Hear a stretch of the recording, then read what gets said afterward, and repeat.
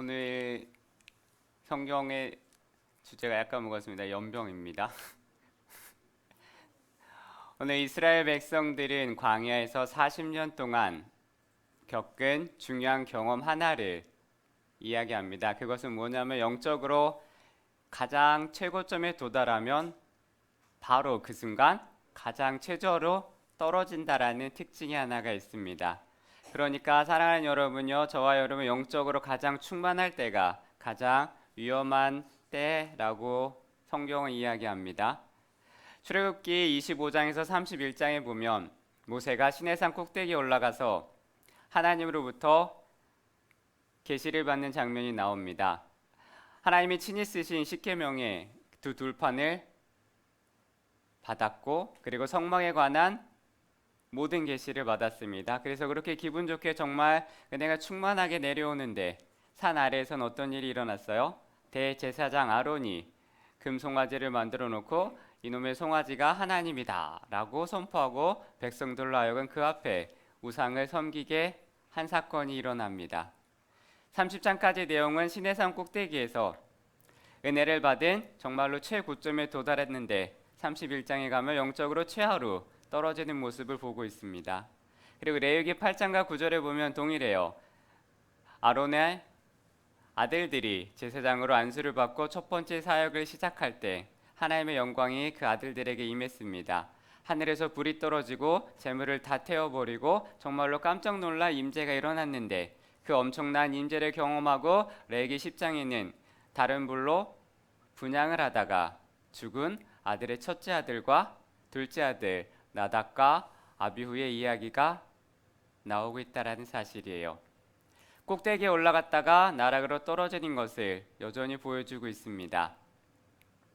사무엘하 7장에서 10장도 마찬가지죠. 이스라엘의 왕 다윗이 사방의 적들로부터 피하고 왕국을 거해서 정말 평안히 태평성대를 누리고 있는데 11장에 가면 어떤 사건이 나와요? 밧세바와 간음하는 사건이 나오고 있습니다. 최고로 태평성대하고 찬란한 왕국을 시작하는 그 순간 어둠의 나락으로 떨어지는 사건이 바로 연결되고 있다라는 것입니다.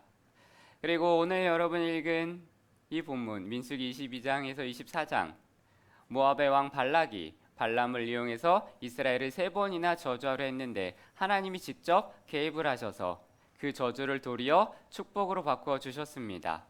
그러니까 이스라엘을 저주할 자가 없고 이스라엘을 저주할 자가 한 명도 없는데 위대한 하나님의 보호하심으로 정말 큰 복과 보호하심을 받고 살아가는데 오늘 여러분 읽은 25장 이 시팀의 사건이 바로 일어납니다.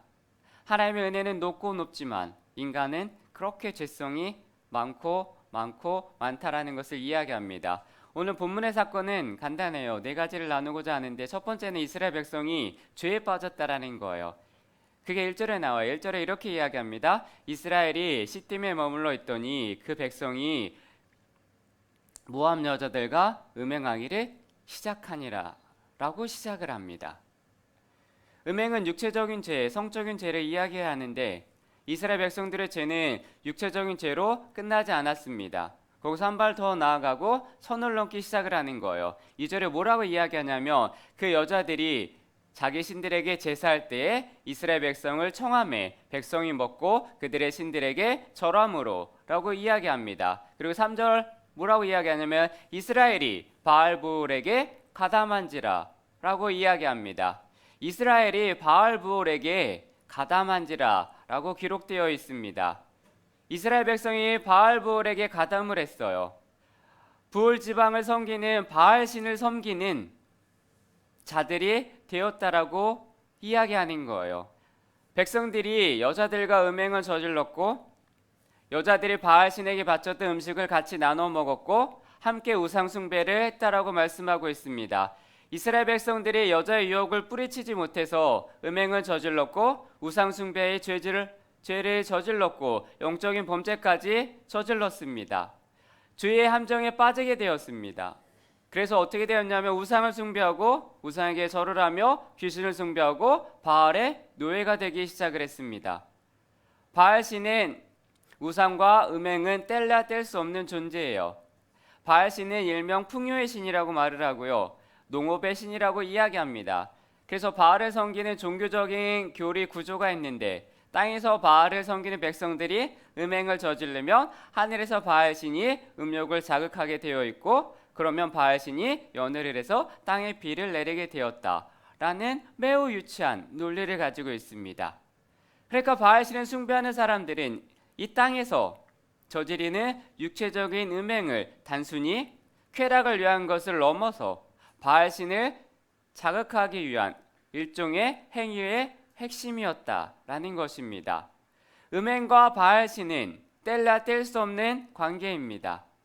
이스라엘 백성들이 시딤에서 이러한 죄에 빠지게 되자 하나님이 진노하시기 시작을 하는데 그게 3절에 나와 있는 거예요. 3절에 뭐라고 나오냐면 여호와께서 이스라엘에게 진노하시니라. 하나님은 질투하시는 하나님이십니다. 출애굽기 34장 14절에 정확하게 나와 있어요. 너는 다른 신에게 절하지 말라. 여호와는 질투라 이름하는 질투의 하나님이라 임하니라 라고 분명하게 말씀하고 계십니다. 하나님이 질투하시는 분이시기 때문에 백성들을 향하여 지금 진노하고 계십니다. 사람이 분노하게 되면 대수롭지 않은 이유라며 금방 화를 풀고 화해를 할 수 있어요. 그러나 하나님이 진노하시면 누가 막을 수 있을까요? 하나님의 백성이 성적인 죄, 우상을 숭배하는 죄에 빠지게 되는 것이 정말로 위험한 일이라는 것을 오늘 알 수 있습니다. 하나님의 진노를 일으키는 일임을 우리는 분명히 기억하고 살아가야 한다는 것입니다. 이방인에게 제사하는 것이 귀신에게 하는 것이라고 성경은 분명히 말씀하고 계십니다. 우상 숭배하는 일은 결코 가볍게 생각하며 안 된다라는 것입니다. 귀신에게 제사하고 우상을 숭배를 하고 점을 치러 다니고 교회하는 행습에 빠져 이단의 집회에 참석하고 이단이 가르치는 성경 공부에 참여하는 것은 저와 여러분의 삶 속에 아십니까? 귀신을 초대하는 것이고 위험한 일이라는 것을 반드시 기억하고 사랑하는 저와 여러분이 되시기를 바랍니다.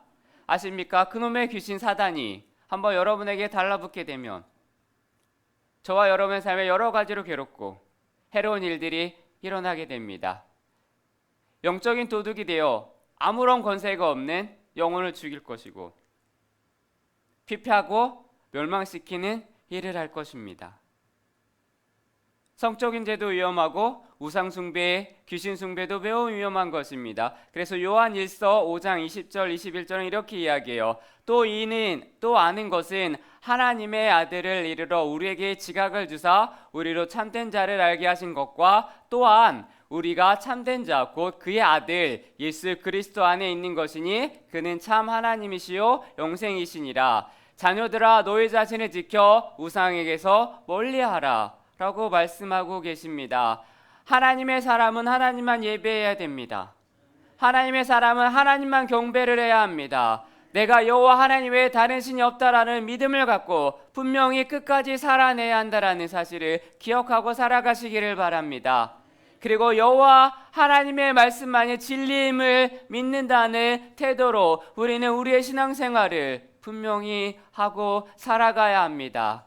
두 번째는 뭔지 아십니까? 이 시딤의 사건의 배후에는 거짓 선지자 발람의 악랄한 계획이 있었다라는 거예요.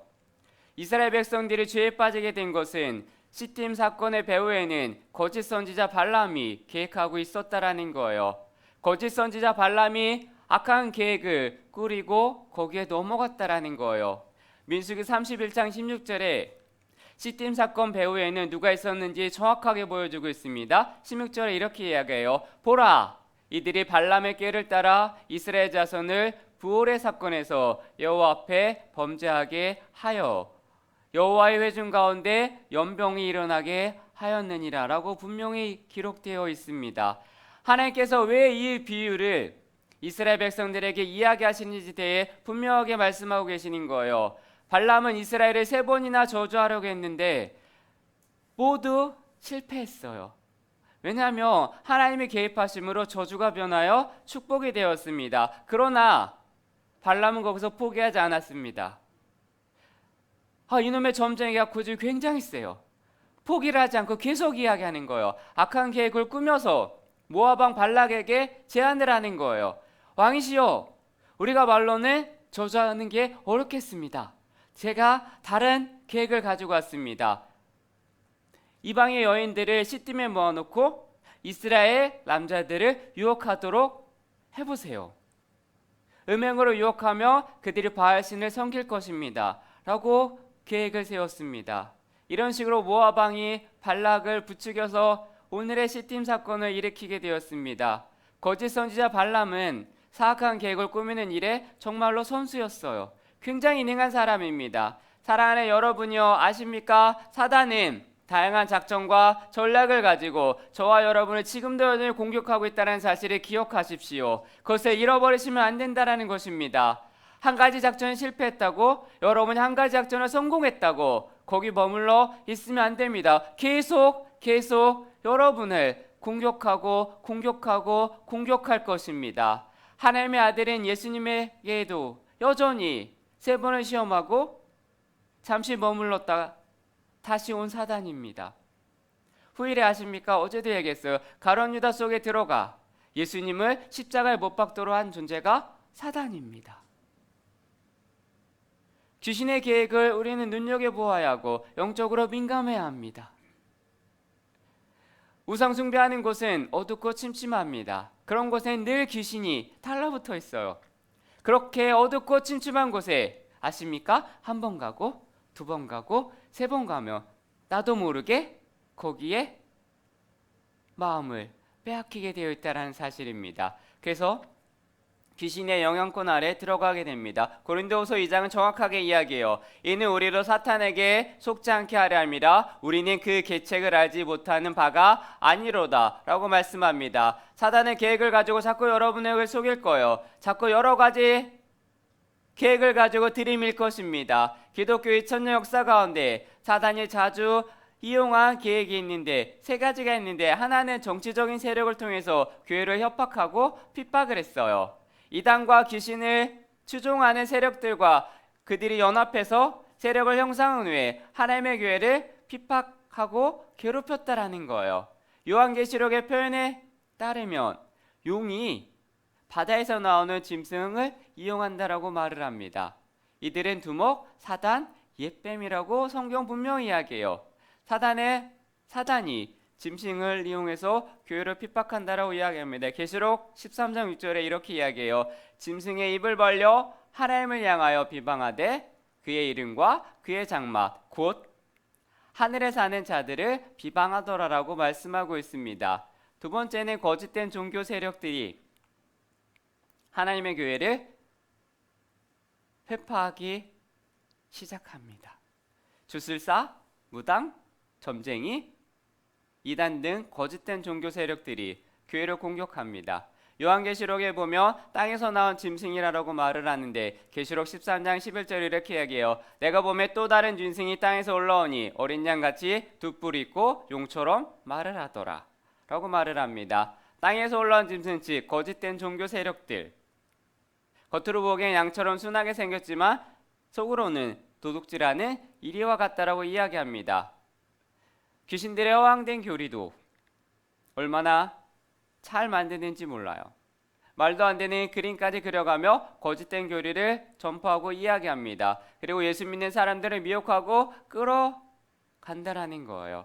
그런 집단에 가며 반드시 악한 영의 역사가 따라오게 되어 있다는 것을 기억하십시오. 사랑하는 여러분이요, 사단은 언제든지 저와 여러분을 미혹해서 거짓된 기적을 행하고 인기에 끌려서 자기들의 혈육을 형성하는 방법으로 교회를 깨트리려 합니다.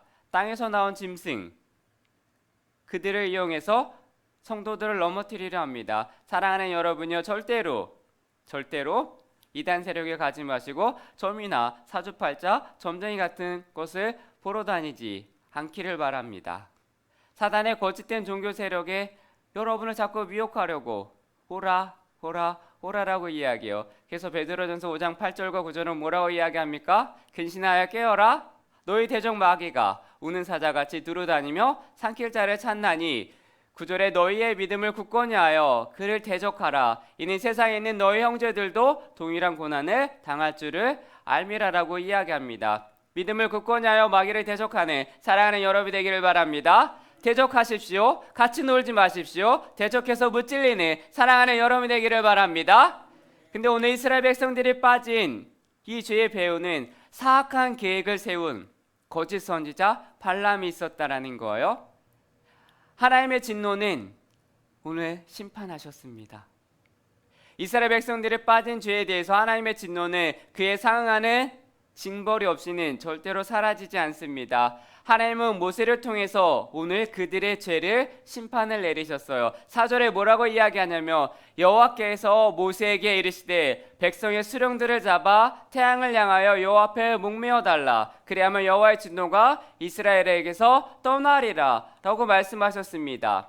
하나님이 모세를 향하여 내가 이렇게 하며 진노를 거두겠다라고 분명히 말씀하셨는데 수령들을 잡아 태양을 향하여 목을 매어 달게 하라. 쉽게 말해서 공개 처형을 하라 라고 말씀을 하셨어요. 그래야 하나님의 진노가 멈출 것이다, 사라질 것이다 라고 이야기했는데 그러면 왜 수령들을 죽여야만 했을까요? 수령들도 가서 음행을 저지르고 우상숭배를 했기 때문에 이들을 처형함으로 말미암아 이스라엘 백성들이 다시는 이런 죄에 빠지지 않게 강력하게 경고를 하셨는데 이상한 건 모세가 하나님의 명령을 제대로 전달하지 않고 제대로 집행하지 않았습니다. 5절에 뭐라고 이야기하는지 아십니까? 모세가 가나안 땅에 들어가지 못하기 때문에 그가 성질났기 때문에 정확한 이유는 알 수 없지만 하나님이 말씀하셨는데 모세는 그대로 하지 않았어요. 5절입니다. 모세가 이스라엘 재판관들에게 이르되 너희는 각각 바알브올에게 가담한 사람들을 죽이라 라고 이야기합니다. 이스라엘 땅에서 레위인들이 흩어져서 재판장 역할을 하고 있는데 그들로 하여금 바알브올에게 가담한 사람을 죽이라고 명령한 거예요. 하나님이 말씀하신 것과 달라요. 4절에 하나님의 명령과 모세가 사람들에게 말을 하는 것이 다릅니다.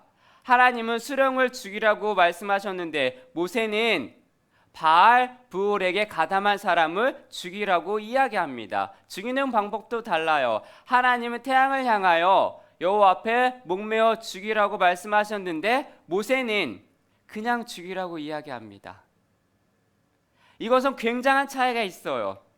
백성들이 모세의 말을 듣고 울기 시작을 해요. 우리가 죽게 되었다라고 울부짖기 시작을 합니다. 6절에 이렇게 이야기하는 거예요. 이스라엘 자손이 온 회중의 회막문에서 울 때에 라고 이야기합니다. 모세가 말을 하니까 울어요. 수령들만 죽었으면 백성들이 울 일이 없는데 가담한 사람들을 죽이라고 하니 백성들이 두려워하며 떨며 울기 시작을 합니다. 하나님의 진노의 형벌이 정확하게 시행이 되지 않고 있습니다. 그게 시행이 되지 않으니까 두 가지가 일어납니다. 하나는 더욱더 대범한 범죄가 일어나요. 6절 후반절에 이렇게 이야기해요. 이스라엘 자손 한 사람이 모세와 온 회중 눈앞에 미디안의 한 여인을 데리고 그의 형제에게로 온지라. 이게 무슨 뜻인지 아십니까? 백성들이 죽게 되어 울며 불며 울고 있는데 한 남자가 그 똑같은 시간에 미디안 여자를 데리고 그 대낮에 모세와 온 백성을 보는 앞에서 자기 막사로 들어갔다라는 뜻입니다. 그 막사 안에는 부모님도 있고 형제도 있는데 지금 이 인간이 바알 신전에서 음행을 저지른 것이 아니라 자기 막사에서 음행을 저지르고자 미디안 여인을 데리고 들어가고 있어요. 한쪽에서는 울고불고 하는데 모세의 명령을 대놓고 무시하고 하나님의 진노를 촉발하는 짓을 저지르고 있다는 것입니다. 부모와 자기 형제를 근심하는 것은 관심 없어요. 저 사람들이 울든지 말든지 죽든지 상관없어요. 백성들이 진노를 당하게 된 것이 두려워 울고 있는 그 순간에 남자와 여자가 음행을 저지르기 위해 막사에 들어가고 있습니다. 14절 15절에 이 남자의 이름이 나오고 여자의 이름이 나오는데 이 남자의 이름이 시므리고요. 여자의 이름이 고비스라고 기록되어 있습니다. 또 하나는 백성들에게 연병이 퍼지기 시작을 했습니다. 그래서 순식간에 24,000명이 죽었다라는 거예요. 하나님이 범죄한 일에 대해서 징벌을 내리시는 그 순간에 정확한 징벌을 내리고 시행이 되어야 하는데 그게 되지 않으니까 온 회중에게 연병이 돌기 시작을 해서 24,000명이 한 번에 죽었습니다. 그런데 그 순간에 하나님의 진노를 거두는 한 사람이 일어납니다.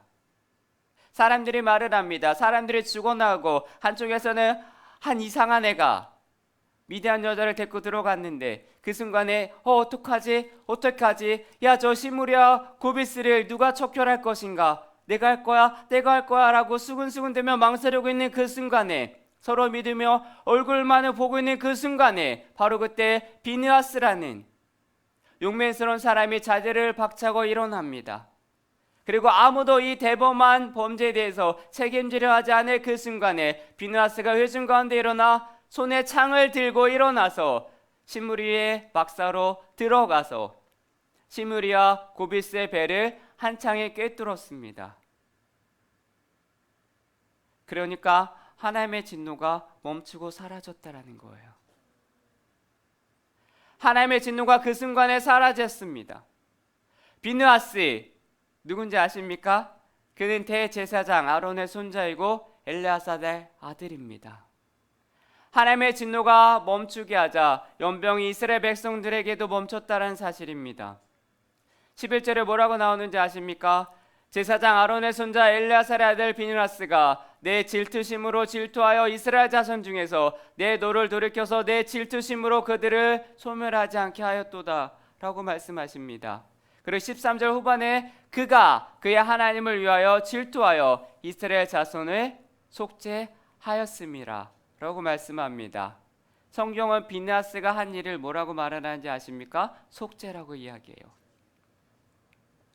비느하스가 창을 가지고 남녀의 배를 꿰뚫어 죽임으로 하나님의 진노가 사라졌다라고 말씀하십니다. 그런데 더 이상 백성들이 연병으로 죽게 될 이유가 없어진 거예요.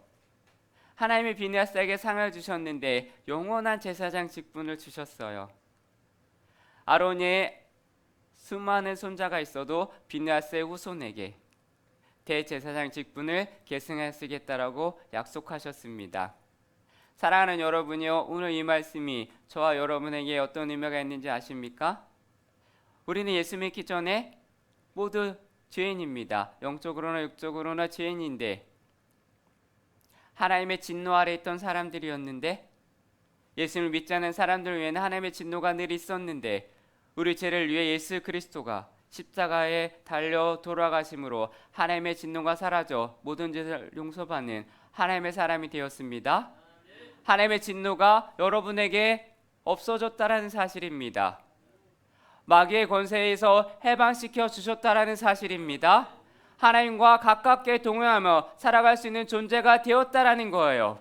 그러므로 마귀는 지금도 저와 여러분의 삶에 자꾸 도둑질하며 자꾸 찾아와 피해를 주고 협박을 하며 파괴하려는 시도를 멈추지 않고 있다는 사실을 기억하십시오. 그래서 자꾸 여러분에게 틈을 보이며 틈으로 들어와 여러분을 무너뜨리려 하고 있습니다. 예수 그리스도의 이름으로 선포하여 마귀를 물리치는 사랑하는 여러분이 되기를 바랍니다. 예수 그리스도의 이름으로 쫓아낼 수 있는 하나님의 사람들이 되기를 바랍니다. 아십니까? 한번 쫓아냈다고 안 오는 게 아니에요. 죽을 때까지 올 것입니다. 죽을 때까지. 그래서 저와 여러분은 예수님의 이름을 불러야 합니다. 죽을 때까지 우리는 예수 그리스도에게만 기도해야 합니다. 죽을 때까지 우리는 예수 그리스도에게만 예배를 드려야 합니다. 다른 데 찾아가서 내 삶이 어떨까라고 말을 하지 마십시오. 하나님의 사람은 하나님에게만 집중해야 합니다. 우리는 마귀에게 굴복될 수 없는 존재입니다. 이상하게 여러분 악몽을 꾸고 남을 미워하고 분노하는 일이 자주 일어나고 이 여성분에게 이상한 소리가 들리면 우리는 정상적인 하나님의 사람이 아닙니다. 사랑하는 여러분요, 예수의 이름으로 몰아내십시오. 하나님의 아들과 하나님의 딸을 향하여 하나님은 진노하실 이유가 없습니다. 여러분에게 진노하실 이유가 없는 거예요. 예수님이 진노를 다 받으셨기 때문에 마귀와 귀신들이 저와 여러분의 삶에 붙어있을 이유가 하나도 없다라는 것입니다. 두려워하지 마십시오. 하나님의 이름을 부르십시오. 여러분에게 하나님의 권세가 있습니다.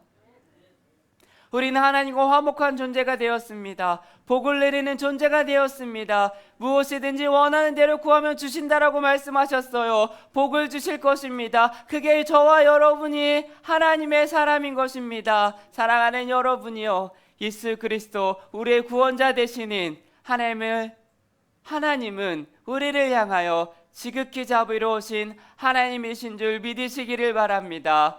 이 믿음으로 늘 승리하여 살아가는 저와 여러분이 되시기를 예수 그리스도의 이름으로 축원합니다. 오늘 이 새벽에도 하나님의 이름을 부르십시오. 하나님의 권세를 사용하십시오. 여러분에게 오지 못하게, 한 길로 왔다 7길로 도망가게, 매일 매순간 오늘 이겼다고 내일 안 오는 게 아니에요. 내일도 기도해야 합니다. 오늘도 여전히 기도해야 합니다. 하나님의 이름으로 기도하여 여러분의 삶과 여러분의 가정과 여러분이 어디를 가든지 예수 그리스도의 영광이 차고 넘치게 부르십시오. 애타게 부르십시오. 하나님만을 부르십시오. 하나님만을 찾으십시오. 그래서 비느하스처럼 하나님의 영광이 가득한 하나님의 아름다운 아들과 딸이 되기를 축원합니다. 오늘도 그렇게 예수 그리스도의 이름을 부르고 돌아가 승리하는 사랑하는 여러분 되기를 바랍니다. 하나님 감사합니다. 오늘도 여전히 예수님의 이름을 부르고 하나님의 권세를 사용하여 우리의 삶 속에 사단이 틈을 주지 않는 하나님의 아름다운 아들과 딸이 되게 도와주시옵소서. 예수님의 이름으로 승리하는 하나님의 사람이 되기를 소원합니다. 그래서 비느하스처럼 하나님의 이름을 드높이며 오늘도 어디에 가든지 무엇을 하든지 하나님의 영광이 드러낼 수 있는 하나님의 사람이 되게 도와주시옵소서. 오늘도 이 새벽부터 주님을 향하여 예배를 드리니 사랑하는 손길들을 기억하여 주시며 사랑하는 하나님의 아들과 딸들을 기억하여 주시며 하나님의 영광에 가득한 하나님의 사람들이 되게 도와주시옵소서. 오늘 주님께서 함께 하실 줄 믿사오며 살아계신 예수 그리스도의 이름으로 기도드렸사옵나이다. 아멘. 오늘도 여전히 기도하고 돌아갔을 텐데요, 주님의 이름을 부르고 하나님 오늘도 하나님의 역사 일어날 수 있게 달라고 우리 주여 한번 하시고 각자 기도하고 돌아가시겠습니다. 주여, 하나님 감사합니다. 오늘도 하나님의 영광에 차고 넘칠 수 있게 도와주시며 하나님의 말씀을 따라 살아갈 수 있는 하나님의 아름다운 사람이 되게 도와주시옵소서. 주의 영광으로 가득 차길 원합니다. 하나님의 이름을 가득 차길 원합니다. 하나님의 말씀을 따라 살아가길 원하며 비느하스처럼 하나님의 마음을 시원하게 할 수 있며 하나님의 진노를 멈출 수 있는 하나님의 사람들이 되게 도와주옵소서.